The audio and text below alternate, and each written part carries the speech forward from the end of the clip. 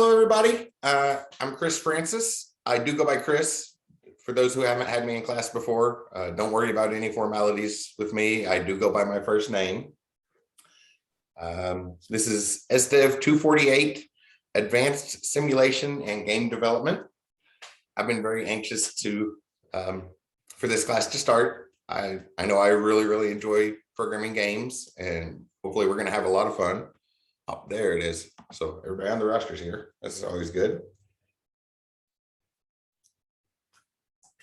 And yeah, so it's a very active subject. We're going to learn a lot by doing. I'm going to take a guess here and say that some of y'all have been interested in game development and probably gone around and looked at tutorials and stuff and seen bits and pieces of it, right? We're going to take it a step further than tutorials. So the typical thing about a tutorial, well, we're going to be using the Unity game engine for this class. So if you went and looked up tutorials for Unity, those tutorials are showing you how to use Unity, not the core concepts, background knowledge, how we need to set our mindset, the mindset we need to be in to develop a game. That shows how to use the tool. So we're going to cover that as well. But there's those other concepts, the frame of mind that we need to be in for game development. There's a lot of that we'll be covering in the class too, to take it a step further than tutorials that a lot of y'all may have encountered those because, well, they're really easy to find in our world, right? There's no shortage of Unity tutorials on YouTube. I've made quite a few myself. So we're going to take it a step further. There's a lot of content. So we'll go ahead and get started. I guess the general idea of a schedule for our class here. You may have noticed our time frame is set from 6 to 8:50. So I'm just going to say a 3-hour class, but we're not going to sit here and do 3 hours of lecture. In general, we'll probably go about an hour, somewhere about an hour, 10 minutes. Then we'll take a break and come back and do another hour. And then the rest of our time will be spent, I'm going to call it lab time. We'll end the Zoom call. That way we can get the recording gets rendered down fairly quickly. And then there's time left on our schedule to actively apply these concepts. And during that time, our scheduled time until 8:50, basically I'm going to be sitting right by my computer. My video setup here at home for the virtual classes is in my home gym. And until our scheduled time ends, I'll leave my video set up here and we'll end the Zoom call, but I'll still be sitting here ready to jump back on Zoom in a split second if there's any questions, which you can ask me questions anytime. It's just until 8:50 on Mondays and Wednesdays is when I know I will be sitting here waiting for somebody to ask questions. So that they'll be addressed in a split second then. So there'll be some lecture and then some time to actively apply the stuff. And we'll see some of that this evening, but first off, a few course policies, the general administrative stuff to get the course started. This is the number on the course is 248. So I feel it's safe to assume nobody's in their first semester here, right? Always had a couple Ivy Tech classes.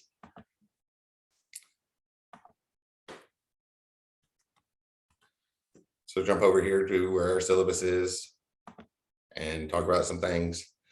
So this is also a brand new course here at Ivy Tech. This is the first run of it. I actually had to go get approval for a textbook because the course got added to our catalog, but nobody had done any development yet. So there wasn't even a textbook selected. So I had to do some textbook selections, which we should have two. There's definitely at least one.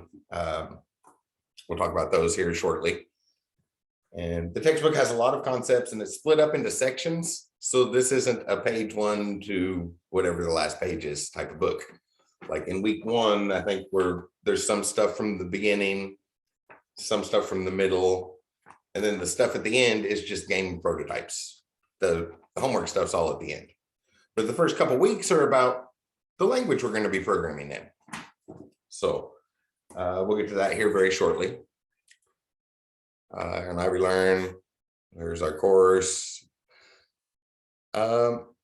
over a few semesters, I've tried different things on the homepage, and what I've kind of settled into is putting the weekly to-do list on the homepage. I used to send out an announcement every week. It's like, okay, here's this week's agenda, but I never could figure out what to put on the homepage. So that seems like a good thing to put on the homepage. So every Saturday evening or Sunday afternoon, I will adjust the little list here saying what's going to, what we'll be doing for the week, kind of go over that stuff. And I guess we'll start at the normal spot here in the syllabus. So here's my contact information. I do go by Chris. Don't worry about any formalities for those who haven't had me before. There's my cell phone number. That's always in my pocket. The quickest way to get a hold of me. And y'all know how the modern world is. There's so many things that want to send us notifications. I pretty much turn them all off. And during the semester when classes are running, the only two things that make noise on my phone are text messages and Ivy Learn inbox messages. Anything else I will see before long. I'm one of those people that checks my email 20 times a day, but the text messages and Ivy Learn inbox messages are the quickest way to get a hold of me because those are the two things that make noise on my phone. I have an office on campus, the Sellersburg campus. This is the first run of this course, and I'm pretty sure there's some people that not everybody here's from the Sellersburg home campus. So some of y'all might be a little ways away from that, but I have office hours on Tuesdays and Thursdays from 10 to 2. And during those office hours, I do try to be on a Zoom call. I think today marks the 2-year anniversary since the initial shutdown of our society. So y'all are probably well aware of a few things about Zoom, like how we can only be on one Zoom call at a time. So if I'm in a meeting, obviously I can't be on that one, but whenever available, whenever I can, I'll log on to this during my office hours. That way you can still come to office hours, even if you're say an Indianapolis student, to refer to at least one of the names I recognize on the list there. And also over the years, I found most people aren't doing their homework at 10 a.m. on a Tuesday. So that's not when questions show up. So I also do online office hours on the weekend. The same Zoom room, I'll just sit there from 4 to 5 on Sundays. I'll be at that Zoom room or in the chat room here in Ivy Learn. If you haven't used it before, it's just the most basic type of chat room. It's a box to type and hit enter, nothing fancy. But over the years, I found that most of the messages that showed up there on Sunday afternoon were, hey, can we hop on a Zoom call? Or can we get on Google Meet or something? And it ended up being a virtual meeting anyway. So I'll be there on Sundays, which is more likely time for questions to arise. If you're used to seeing syllabi, which in a 248 class, most of you probably are, you might notice it seems like there's a section missing here, and I will get the instructor supervisor information on there as soon as I can. There were some changes, and I'm not sure whose name goes on there right now. But that's one of the things, that's why colleges always have, seem to have an overhead of administration. That way, when things happen on that side, it does not affect the classroom. But as soon as I can, I'm hoping tomorrow when I can walk around to different offices and ask them while I'm on campus, I will know what name to write in that spot. So that'll be updated by the weekend, hopefully. A few other things y'all can read, you know, most of it. Disability support. There's great disabilities accommodations services people. They're really good. They're on the ball. They keep up on everything. One thing I always like to point out, especially any young people moving from high school into college, when you were in high school, if you received any accommodations related to a disability, it would have been fully automated. They knew about that. They did all that stuff. But once you hit 18, or in the case that there's people that are still technically minors, if you're in a college course, I consider you an adult. You're just getting a jump start on whatever that paperwork says the line should be. But I'm going to consider everybody in the college course an adult and treat you as such and expect such. But if you're in high school or freshly out of high school, once you hit that line, anything about disabilities becomes personal and private information. So the process isn't automated like it is in high school. Well, everything rolls along smoothly, but the part that's not automated is they don't already know you need accommodations. That's personal information, so you have to contact disability services and let them know you need special accommodations for some reason or another. And then they will get everything in place for you. There's a great team that works there. So just have to, if you need any accommodations, you just have to let them know. Learning Commons is where you can find tutoring these days. Used to be the library. Big stacks of books don't have the same use in 2022 as they did in, say, 1950. So that space has been readjusted for other things. There's still books there, but there's like free coffee and comfortable chairs and nice place to relax, big windows. And they're in Sellersburg. That's where the tutors are found. For those in this area that aren't elsewhere in the state, when you're driving down 65, that front corner of the campus with the great big windows facing towards the interstate, that's what it used to be, the library. It is still kind of a library, but it's called the Learning Commons now. It has a bunch of other things, and that's where the tutors are found. I'm in there 2 days a week, so there's definitely help for this class if you get stuck, but well, y'all, we just passed my contact information, so y'all can contact me anytime you get stuck on it. Let's see, Ivy Life, it has to do with clubs and stuff. There's a computer club here. I know a couple of y'all are on the list. I'll be sending out an email. I'm planning on doing that tomorrow evening or Friday morning about trying to bring back LAN parties. Our computer club, Sellersburg Computer Club, used to always have LAN parties. Might be kind of a mix where some people are in the classroom, but we still have a virtual component because all the classrooms there at Sellersburg have the set up with nice video cameras and TV monitors and that really fast internet speeds we have up there at campus. The fiber optic cable straight up to South Bend where it ties into a backbone of the internet instead of going through a local provider. Really nice on LAN parties, or for, well, I guess not really a LAN party. The whole idea of a LAN party is a whole bunch of people gather in the same place and play games. But we'd like to bring those back now that we're getting back to campus. And also in the past, I'm guessing here that most of the people in here are gamers. Last semester and the fall semester, there was a game jam to kind of wrap up the semester a couple days after everything ended, to kind of relax and recoup after the stressful semester. So I'm going to do that again too, because that was a great way to relax. And there were prizes given out, sort of a virtual event, but tomorrow or the day after, I'll be sending some information to the computer club about planning that. So those things are coming up for gamers. Hopefully we'll be back on campus for the LAN parties, because then there's a bunch of gamers in the same room. And I know at least one person is a big fan of the board games and card games sort of stuff too. And that doesn't work as well virtually as video games. We can at least connect to a Discord server and play at a distance, but it's hard to play a board game across the internet. The fantasy role-playing board game versions. So y'all can read most of this. This one I always like to point out. There's a whole bunch of things under this department. Ivy Cares. At the Sellersburg campus, we have a counselor on staff. So if you're feeling stressed and overwhelmed, you can talk to her. A few different links here. You can check out what they have available. The one I always like to point out is this right here, Ivy Assist. And this link, ivyassist.auntbertha.com, because from time to time, everybody needs a little bit of help. And well, in our modern society, we know the help's available, but finding out where to get applications and turning in those applications and making sure you have all the forms in order and all that stuff can be a mountain of work, right? It's a mountain of paperwork sometimes. Tons of research just to find the paperwork you have to fill out. So somebody consolidated that.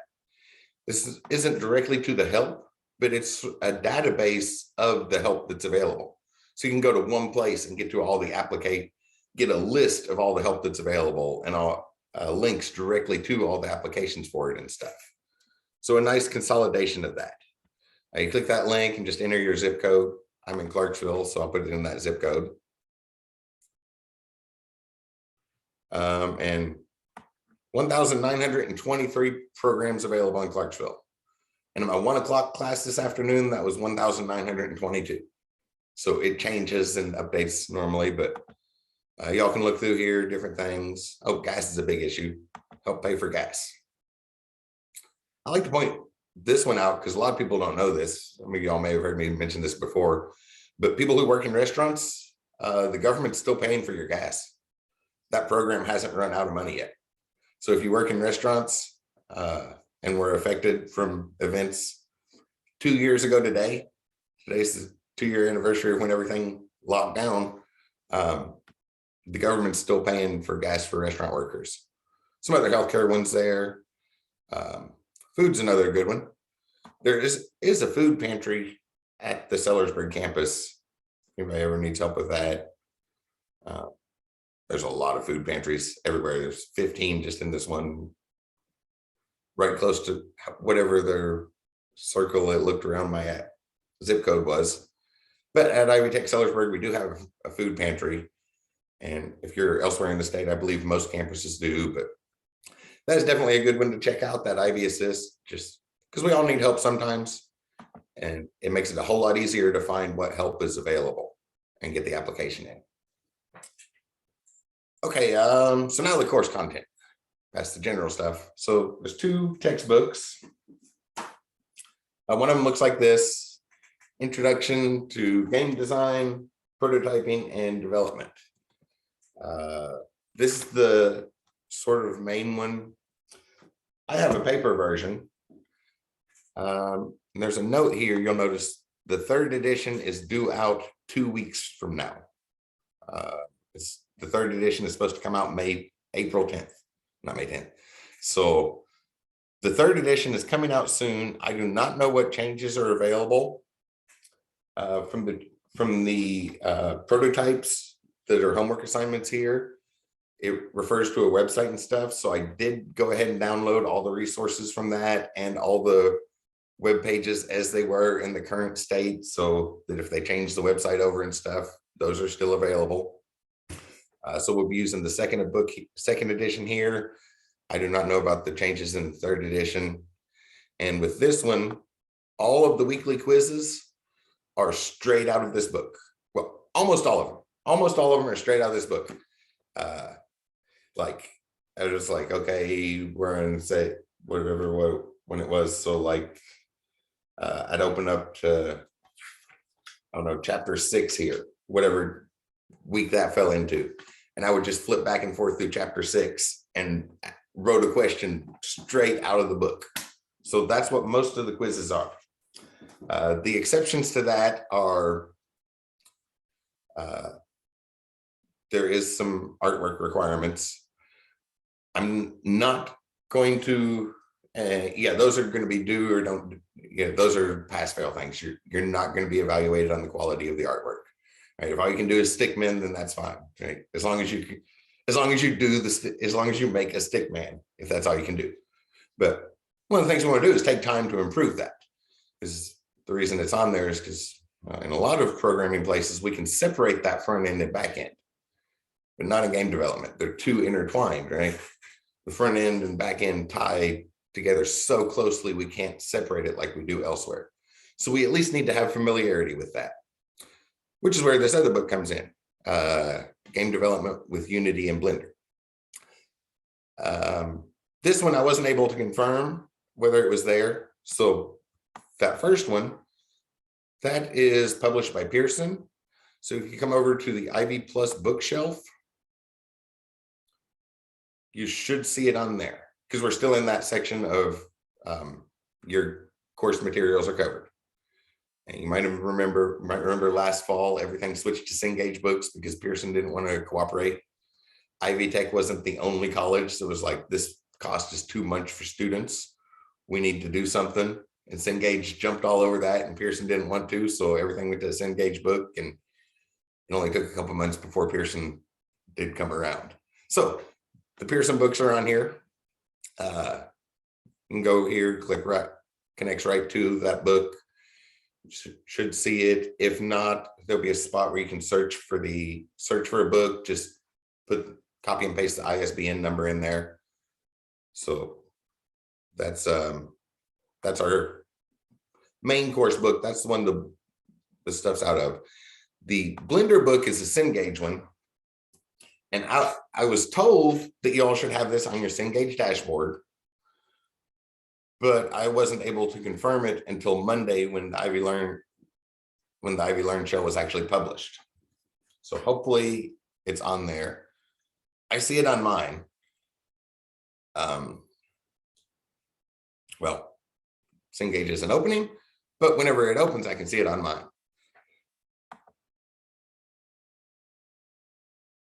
Okay, that again. This one seems to be moving along. Okay, this one. Yeah, so I see it on mine.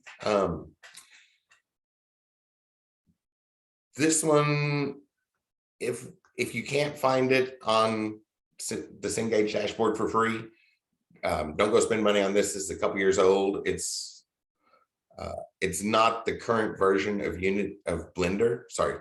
Well, it's not the current version of either one. There's always that problem in academia that a textbook and all that stuff, those take years to put together, right? But technology changes quickly. Technology changes a whole lot quicker than textbooks come together.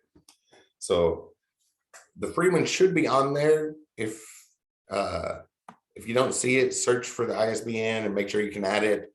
But the people at the bookstore assured me that y'all would have access to both of those. That's just sort of reference material to get used to the 3D modeling and stuff, because there weren't any art prerequisites to this class. And that is one of our core objectives, which is the next thing to look at. So those are 2 books. If you can't find that on the free one, I will get you copies of the stuff we're going to look at out of it.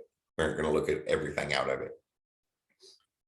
Just a few points, and this guy had a really nice way of explaining things and showing it, but the version of Blender has updated, so some of the buttons have moved since the one he did, but not too much.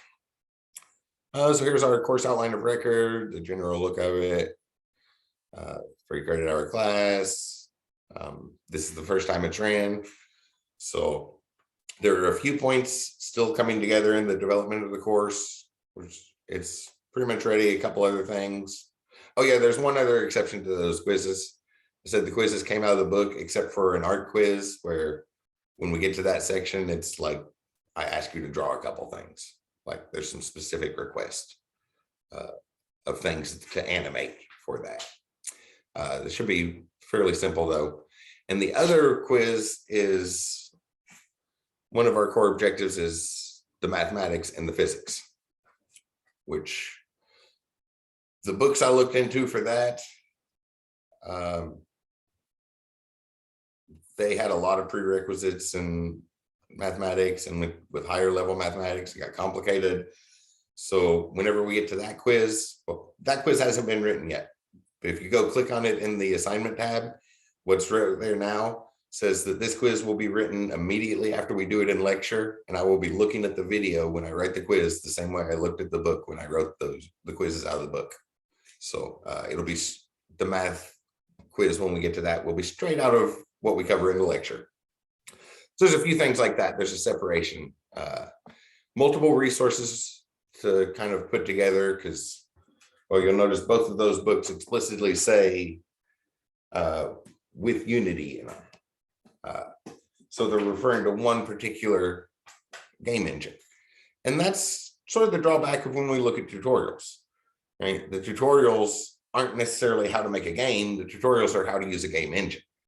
So what we want to look at in this course is those key concepts we need to put together, the mindset we need to have as we approach it. This book is full of tips from other people that have been in game development for years, and just tips and explanations they have. So pick up what other people have done before and move and expand on it. So then we know more than just where the buttons are located in in the game engine we're using, we know what to do with them and how to apply them differently, and that proper mindset sort of stuff, such as the first set of lecture notes here, which I'm not sure if we'll get to these notes tonight or Monday, but that's about storytelling. Things that you would probably have heard in an English class. Like after I put those together, I happened to run into the person that teaches creative writing as an English class at the Sellersburg Ivy Tech. And I asked her for her lecture notes on creative writing and putting the story together. So we're not writing a story in English, but that's an important part of telling a game that is missing from a tutorial that just shows us where the buttons are, which obviously is always different. Those lecture notes are, sometimes the story is just going to flow out, right? We have the story and we can barely stop it from coming out. So the notes I put together are what to do when that's not the case, when you have to put a story out and kind of have to force it to come out. So that sort of stuff, approaching it more like a job. So you'll notice on our major course learning objectives, sprite sheet, which generally refers to 2D animations. Technically, that term's a little bit out of date. Some of y'all might remember back in the day before solid state drives, we actually had spinning disk drives, and there was a read head that had to move around and find the spot on the magnetic disk where that file was stored. And at that time, our biggest bottleneck for retrieving files was moving that read head to the correct spot on the magnetic disk, the spinning magnetic disk. So if we put all of our images into one file, we bypass that bottleneck by grabbing all the images at once, and then we would just grab little subsections of that file as we needed them. So that's why it's sprite sheet. But anymore with solid state drives, it's actually more efficient to have lots of files spread out and scattered around in a solid state drive. So anymore, we just do lots of images, but we still call it a sprite sheet. So that's our 2D animations and our 3D animations. Something we're going to work on in this class. 2D and 3D, logically, how we approach it is essentially the same. There are very few differences. The biggest thing is the time component. And it's not like 2D is 2/3 of 3D, because it doesn't, when we do 2D, we have a plane, right? Like a flat surface, piece of paper. But when we scale that up to 3D, we have 3 planes. So it's not like we add one more axis coming in and out of it. We add 2 more planes.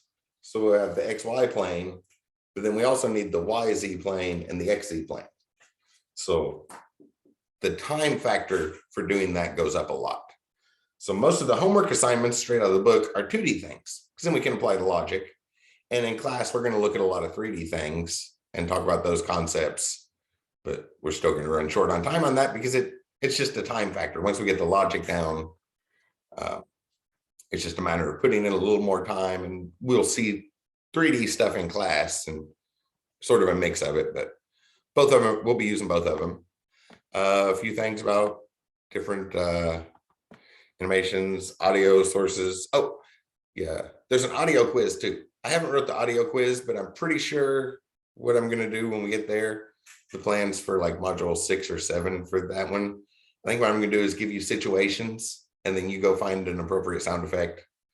Like, you won't have to make a sound effect for that one. For the art, I'm going to ask you to do your own work. I won't evaluate that. But for the audio source, there's lots and lots of stuff available. So I'll like give you a situation, and then you go find a sound effect that works good for that, is what I'm thinking for the quiz on that one.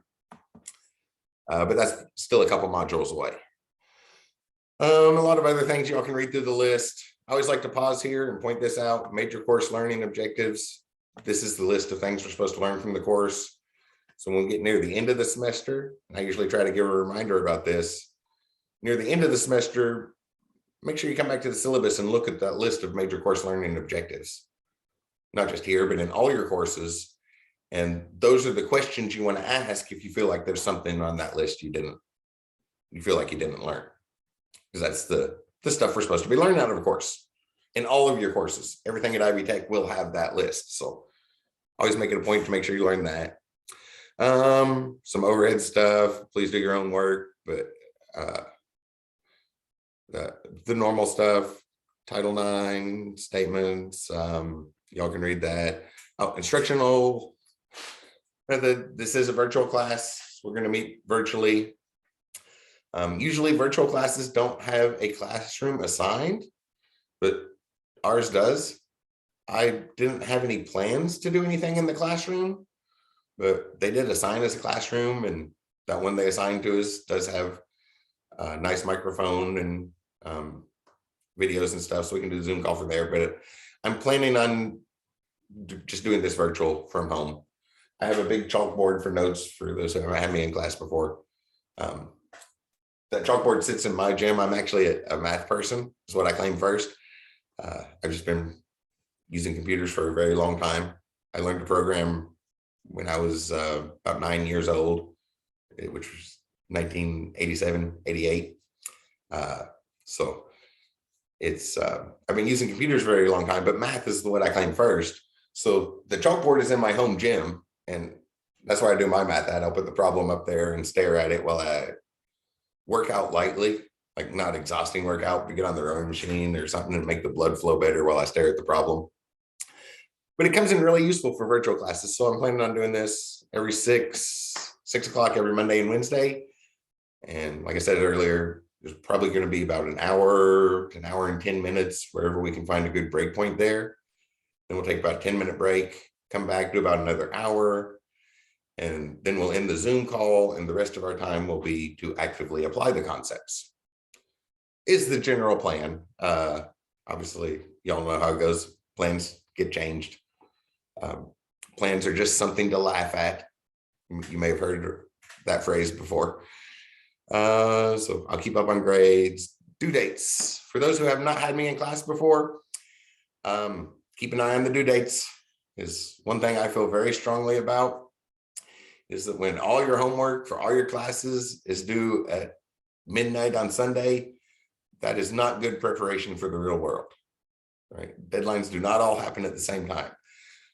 Not to mention that for people who put stuff off to the last minute, that means everything has to be done at the last minute. So I like to change due dates up.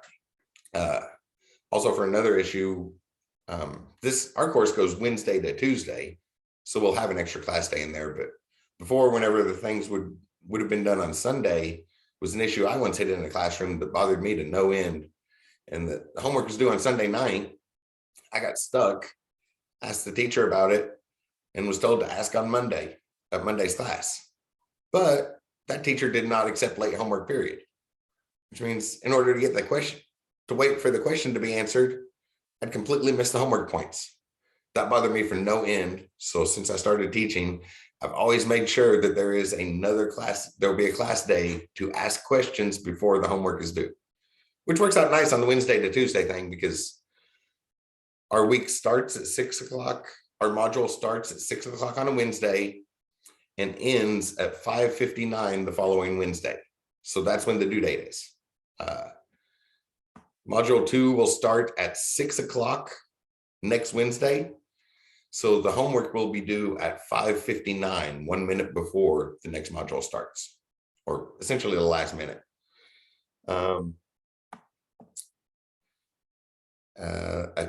And a computer is tracking that. So if you turn it in at 6 o'clock instead of 5:59, the computer's going to count that as the next day. And there is a point deduction for late work, 3% each day that it's late. Things labeled as assignments, you can turn those in late. There will be a 3% deduction all the way to the end of the semester, which is May 17th.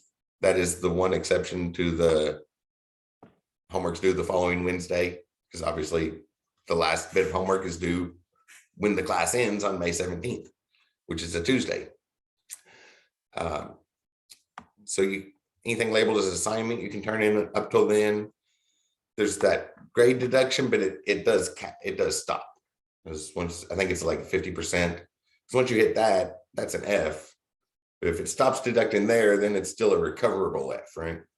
If it goes all the way down to 5%, then it's really hard to recover for. But both of them are still the same grade on that particular assignment. So those do stop going down eventually. Quizzes are basically the same thing, except you only have 7 days to turn a quiz in late. So it's the same point to do at the same time, the same point deduction if it's late, but only for 7 days. So I think there's a module 1 quiz. So the module 1 quiz would be due next Wednesday, March 30th at 5:59 p.m. But if you get really busy and overwhelmed and don't get it till the following week, you can turn it in until the Wednesday after that, 5:59 on April 6th, I think, is the following Wednesday. But then at 6 o'clock on April 6th, that quiz will lock, and that'll be the last day to turn that in. These other 2 close. So scored assignments, those are, sorry, not scored assignment, setup assignments. You get points for that. So like when you install Unity, there's some points in there because I wanted to make things a nice even number. So 1,000 points, and grabbed a few from things like installing Unity to get that nice even number. But those are you only get those points for the week, right? Obviously, you're going to have to install that software because we need it for the class, but you can't get the points late on that. Discussion boards as well, because the whole point of a discussion board, they get used in a lot of different ways, but the original purpose of those was to try and simulate the environment of a school in a distance situation, right? So if we're in the classroom, everybody's going to come to school, head down the hallway, and arrive at class at the same time. Then leave class, head down the hallway back to the parking lot. And those conversations you have with your classmates, right? As you're walking down the hallway together, the thing you have in common for a topic of discussion is the class material. And that stuff contributes to the education. But it's very, very much missing from a distance education. So discussion boards were supposed to take the place of that. They've kind of drifted away into something else, especially in other courses. And yeah, here in just a moment, I guess I'll start with, I'll show you what our general discussion board is. Our first discussion board is different, but and just like if you showed up late to a party, right? All your friends gathered for somebody's birthday party and everybody's meeting at 7 o'clock, but you don't get there till 8:30. And they told you there was a great discussion about 45 minutes earlier. You missed the discussion. So I treat discussion boards the same way. If you aren't there for the discussion, you can't bring it up later. So those do close and lock. You can still read the discussion. You can see what other people said, but no late submissions on that. Exams are a little bit different. Exams, you will have one calendar week, exactly one calendar week. Like if you pulled out a calendar or a calculator and checked how many milliseconds are in 7 days, that's how long you'll have to take an exam from the time it opens until the time it closes. So there'll be a final exam when we get to the end that you'll have exactly that much for, but it's going to be, it shouldn't be any trouble. And I'll remind you about that when as we get close to it. So for those who haven't had me before, due dates in my class do jump around. That's the policy. I'm a very laid back person. And especially here at the beginning of the semester, when we have lots of time still, I am much more concerned with correct than quick. So if you need a little more time, let me know. I'm willing to work with you. I'm also a huge believer that family should come first, and life will throw us some curveballs sometimes. So if you get overwhelmed, and yeah, if you need a little more time, let me know. That's the policy, but I'm pretty laid back. General notes I just copied over. Drop and withdraw. So you can drop the course through March 30th. And for those who aren't familiar with it, there's a difference between drop and withdrawal. A drop is the one where it never shows up on your transcript. It's like you never registered for it to begin with. So that's for situations like where you're a few semesters in and you go to register for classes and you see one that sounds really interesting. My name is like, oh, well, that sounds neat. That sounds exactly what I'm looking for. So you register for it and show up the first day and find out that it's a class you've already had, but they changed the name on it. It's like, oh, I already had this. You don't need to take it twice. So that's what a drop is for. So it never shows. It's like you never registered for the class.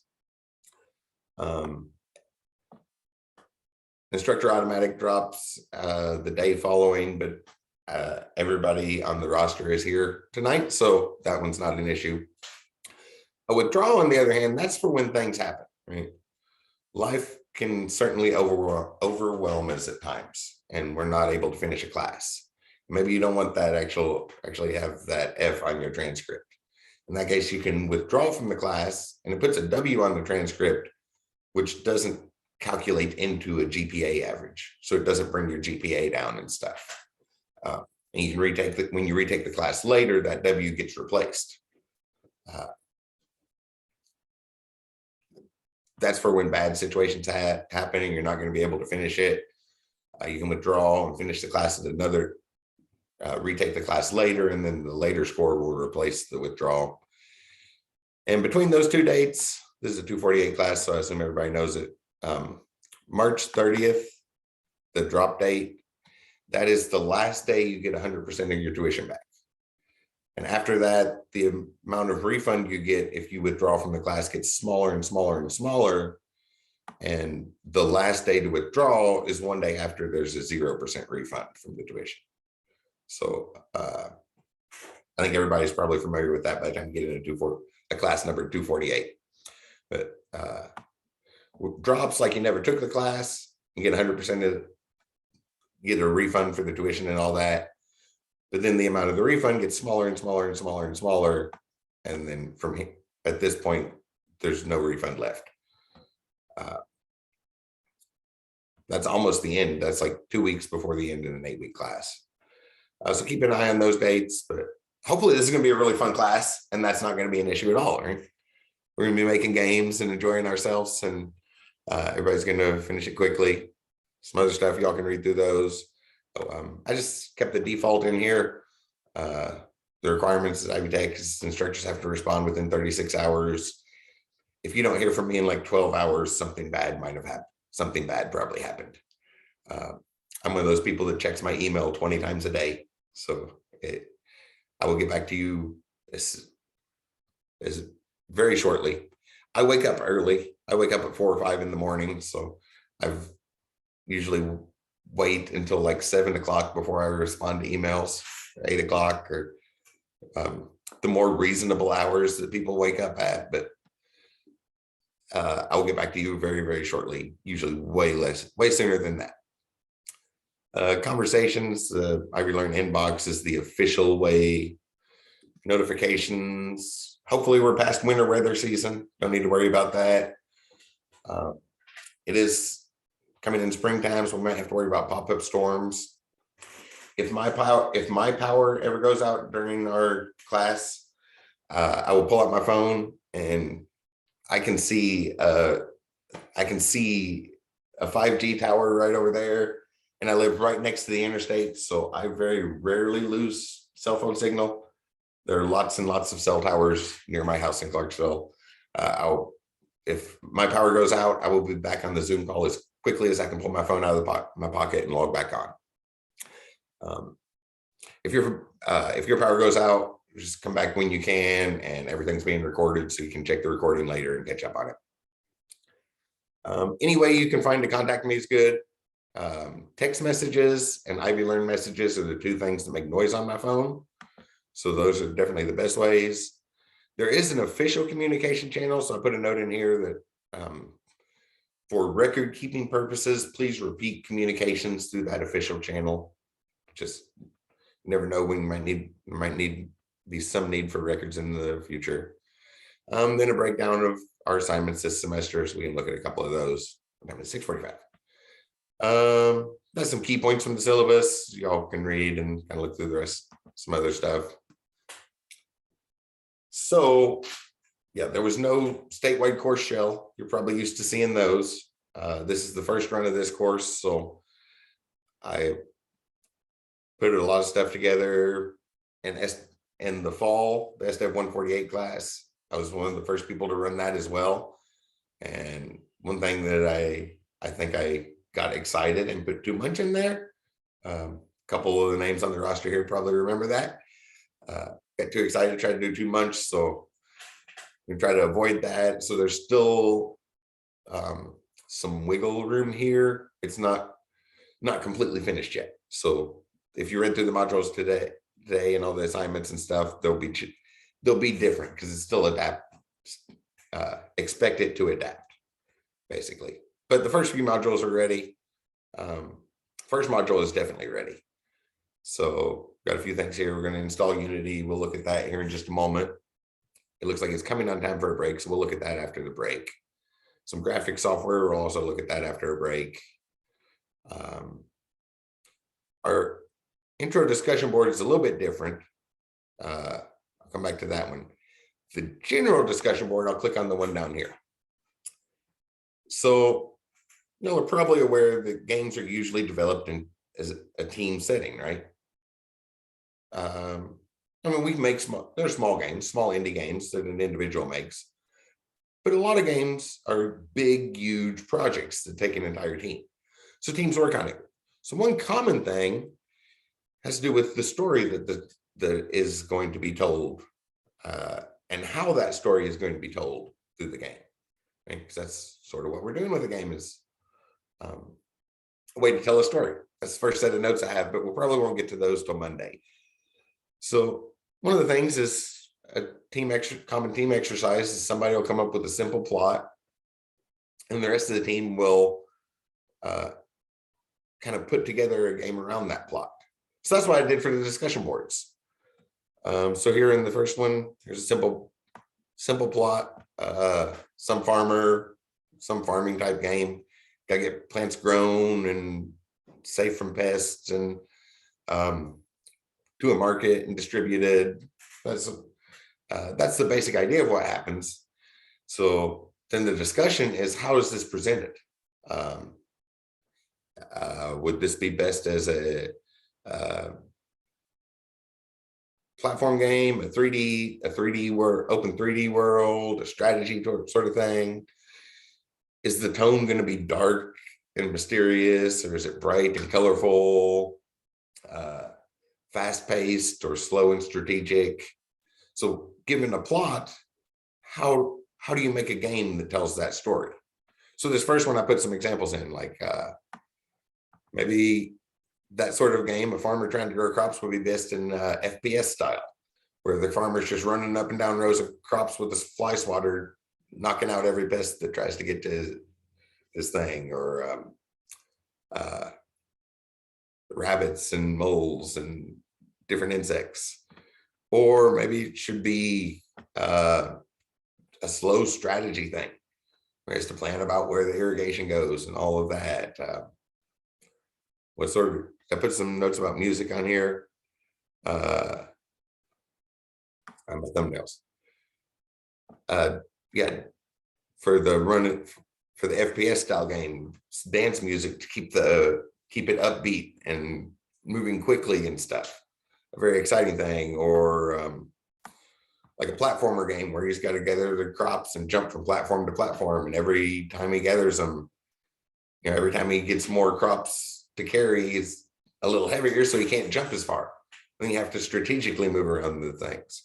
So given a plot, what's a good way to present? What would be a good game to make to tell that story? That's what most of our discussion boards are. A common team effort, work together, but I think discussion boards 2 through 7 are that.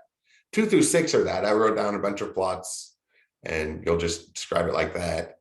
In module 7, you'll come up with the plot and your classmates' response to the discussion board will be how to make a game for that. So same thing, only your story's there at the end. That's most of our discussion boards. The first one's a little bit different. Those who have had me in class before probably will recognize this. is something that we're going to do in every program we write is we need to store data into variables, and we will need to produce an output, right? That's a given for every piece of software we develop. So for introduction discussion boards, I like to make the assignment that you'll write a program that introduces you. So this semester, we're going to be looking at C#. We're working in Unity and doing our scripting in C#. So for the introduction discussion board, you can put together a C# script that introduces you to your classmates. And then you'll take a screenshot of it and post it up here. And I'm not just going to throw you off to the wolves on that. We're going to walk through that step by step after a break. That's one of the first things we're going to do, is kind of go through those steps. And the output on that, along with the first 2 weeks, 2 modules of programming assignments where we're just looking at C#, I asked that you put the output to a user interface in Unity. The components that we would use to put together a HUD, the heads-up display, or different status information for a game, inventory, the inventory list in a role-playing game, that user interface that we will use in our game. Because, well, at some point this semester, we need to cover that. So this seemed like a great way to do the whole 2 birds with 1 stone thing. We practice our C# syntax, and we go ahead and cover what's needed for those the UI panels, the inputs and outputs on that. And when we get to this first one, there's another thing that relates to why Unity became so popular so quickly, why it became the most common one. One of those things is that they always use the proper names. So some of them might look weird because, for example, quaternions is the proper term for 3D rotation. Let me get up this paper. If we have a 3D object and we need to rotate it in 3 dimensions, you're probably used to rotation through angles. And if we turn 30 degrees this way, then 30 degrees this way, we get to a different spot than if we would have turned 30 degrees this way and then 30 degrees this way. So using degrees on separate axes, they're not unique.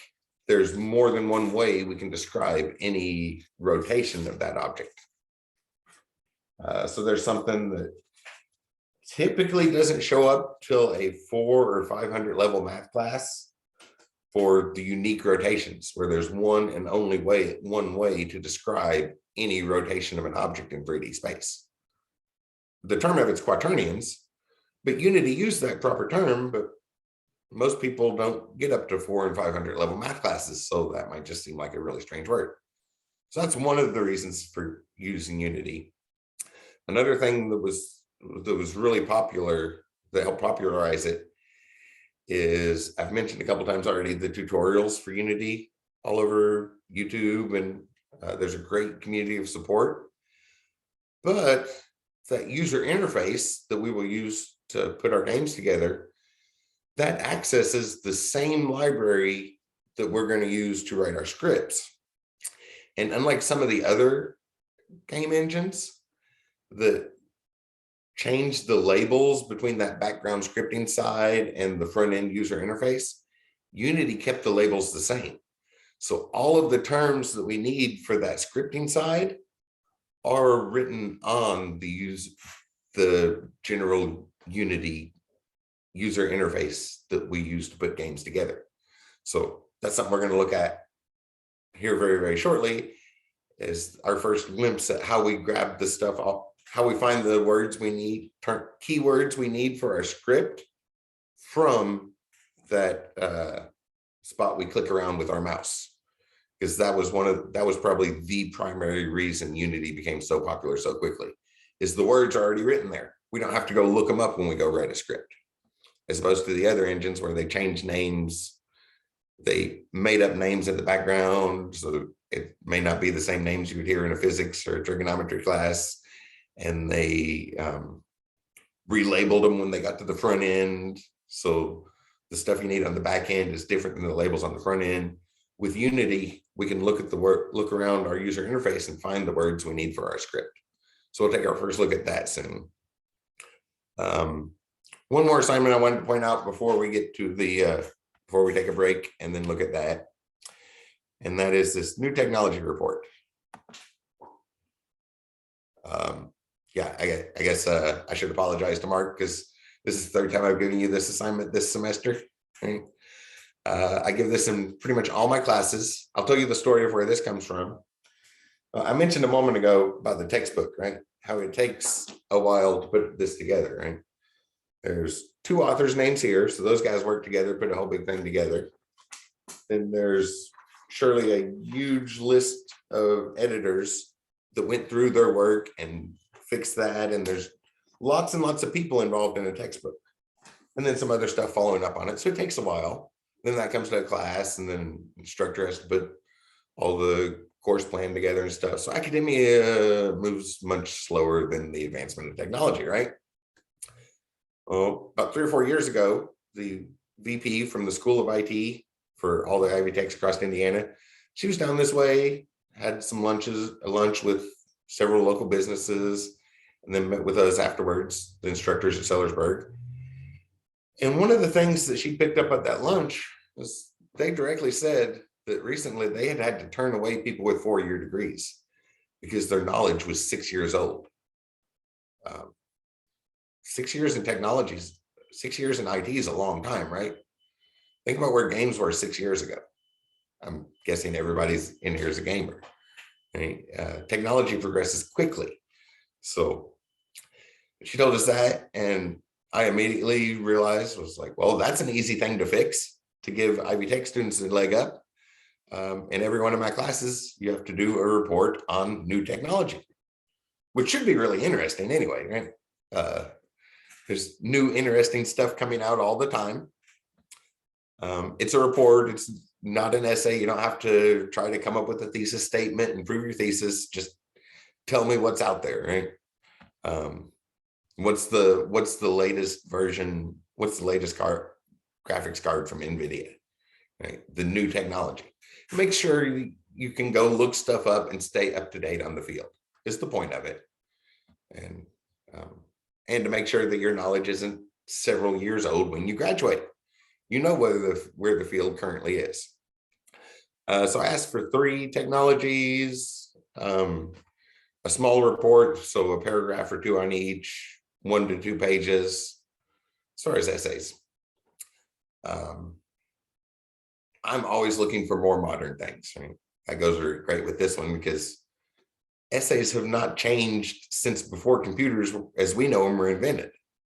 There's a long string of machines that stored data or would do calculations for us before electricity, but essays are still done the same way they were in 1920s with a typewriter. And just because our keyboard has the same layout as a typewriter does not mean this is a typewriter. So we can do better. So the essay is an option. There's the normal stuff there, 1 to 2 pages, MLA, all that stuff you're probably familiar with for essays, but there's some alternatives. Video submission. If you haven't seen it yet, in Canvas, Canvas is the LMS software, the learning management software, and then Ivy Learn, they customized a version, their license of Canvas to get a particular thing. But Canvas includes some screen capture software, Webcast-O-Matic, which is a really nice one. They have a free one and a paid for one. The free one was pretty good. The paid for one was great. So this is the paid for one that you can go in here and make, get the screen capture software.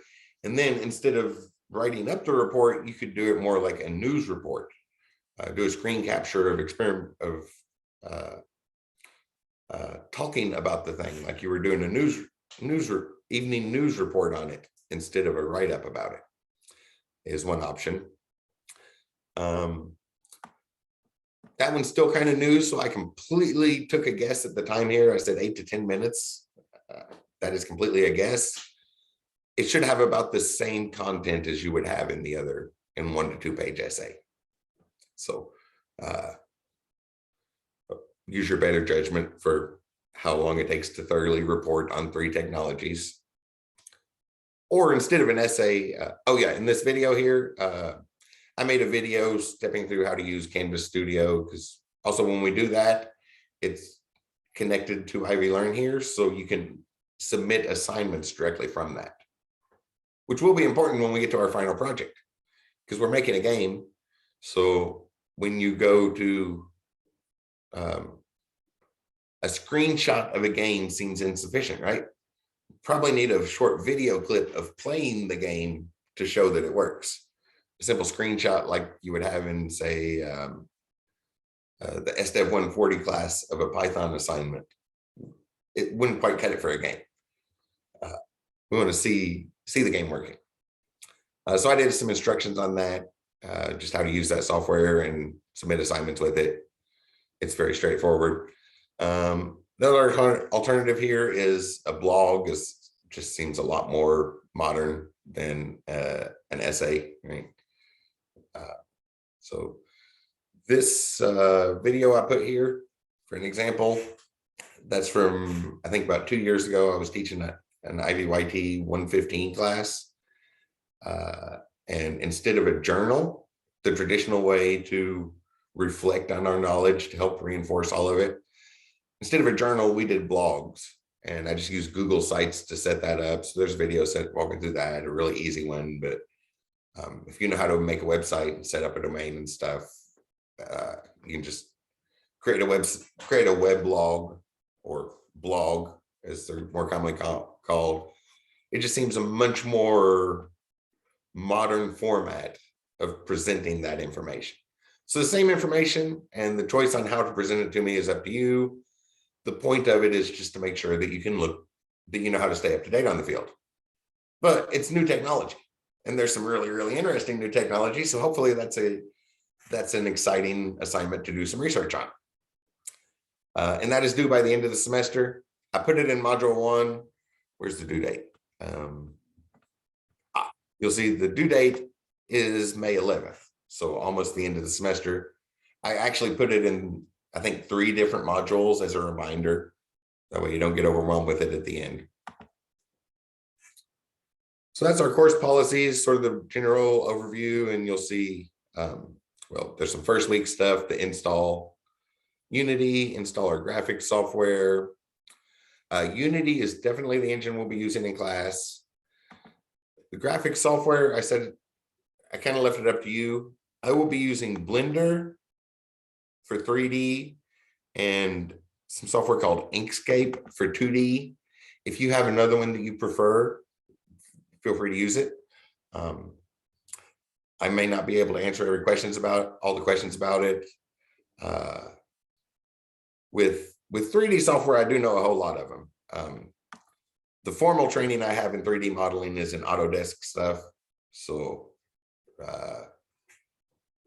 AutoCAD, Revit, Inventor, Mudbox, the Autodesk stuff.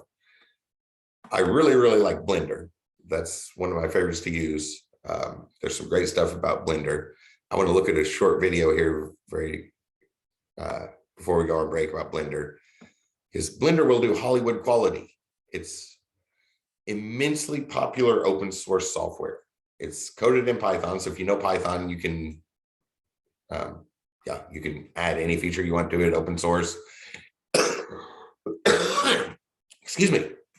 And it can render Hollywood quality. I'm gonna pull up this video here in just a second to show you something about that. For 2D stuff, I've been using this for a while, Inkscape. If you're a big fan of Adobe, Illustrator would be the equivalent. Inkscape's the equivalent of Illustrator if you can afford Adobe, or like proprietary software. Personally, I'm a big fan of open source software. Inkscape is coded in C++, but it accepts plugins coded in Blender. So if you know not Blender, in Python. So if you know Python, you can do this, the manually coding your graphics in both of those. That's a big thing with games too, because we're simulating stuff, right?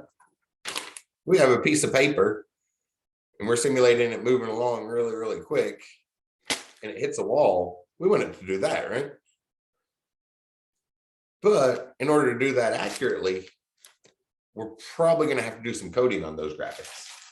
So that's why I like those, because then the coding on the graphics before we even get to the game engine is done in Python, which is an easy language to work with, but we will see that later this semester.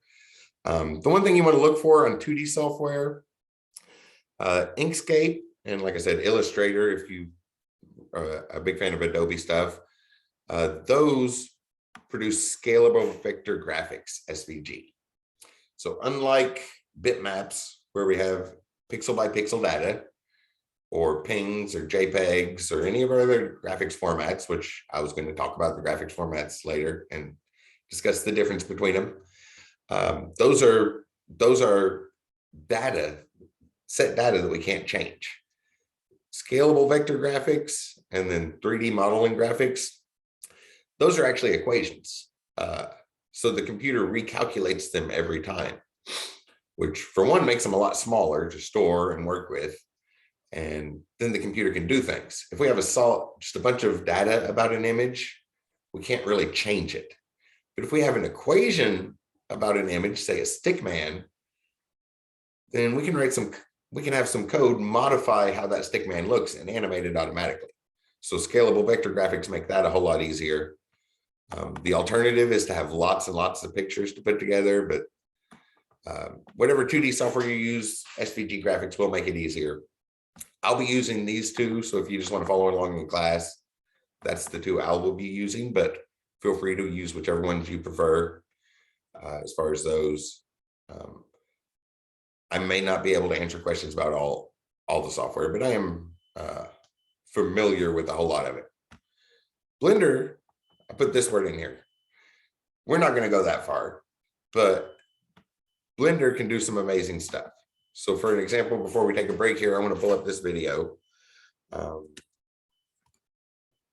Bob Ross style of Blender, because this is definitely one you might want to watch, especially after we go through the basics of it.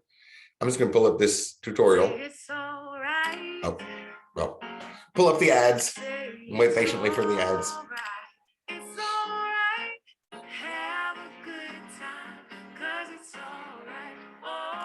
It makes me wonder why Google feels the need to advertise. Hey, a TV show, I get that. They want people to watch their show. But does Google really need to advertise? I think people know about them in our world. Hi guys, okay, here we go. Leo from MediaWay here. We've got a really exciting. This guy's just did a quick tutorial. You'll see the time here, 18 minutes. I'm just going to jump up to the end somewhere. So that's what you can do in Blender in 18 minutes. 18 minutes explaining it, which means he could probably do that in about 10 minutes if he wasn't taking the time to explain it. But if I can find a good picture of it. The other tree, 0 for camera view, which yeah. So something like that. You can see the tutorial to explain how to do that is 20 minutes long. It's not an introduction to Blender tutorial, so that does assume that you know a lot of this stuff, but things like these mountains and this forest, that's where vector graphics come in handy, because those are buttons. Y'all may have heard the term fractal mathematics, the complicated things. We can use code to recalculate a whole bunch of trees so that they're all unique individual trees and set up lighting and stuff to make them look nice. But that's a good tutorial. I just put Bob Ross style in Blender and get right to it, but high quality. We won't be going that far. We're just going to look at some basic points, make sure you're familiar with it, because it does take a while to it does take practice. So we want to get started practicing on it to kind of see what it is, because one of the things we're going to do is a final project. And I did ask for, in your final project, it does need to be your own artwork. It does not have to be good artwork.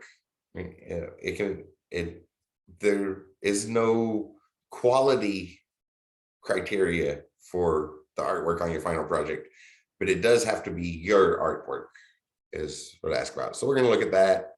And well, we saw a moment ago, it's one of our core objectives. So that's something we're going to look at very soon. And yeah, I'll like when to pull up that picture. You might want to look at that and see what that guy does in 20 minutes. And Blender can do the Hollywood quality very, very easily. And once you get used to working with that stuff, and we'll get into that pretty soon, because we're going to stretch that out over the whole semester. We'll start simple and then keep looking back at it and little tips and things along the way. But that's sort of a basic idea. It's probably a good time to take a break, right? That was a whole bunch of talking, ready to do stuff now. So after the break, I want to go ahead and kind of step through that intro discussion board, because I assume you all are ready to do the first thing. And that's how I always like to start out courses, because every program we write, we know we're going to have to store variables and produce output. So might as well go ahead and jump in and learn how to do those the first day. But first, let's take a break. I could really use a break. Does 10 minutes sound good to everybody? Or anybody? Yeah, it sounds good to me. All right, so we'll get back to it at 7:22. Okay, I'm gonna go grab some coffee, and I will see y'all in just a moment. Yes, Tyler.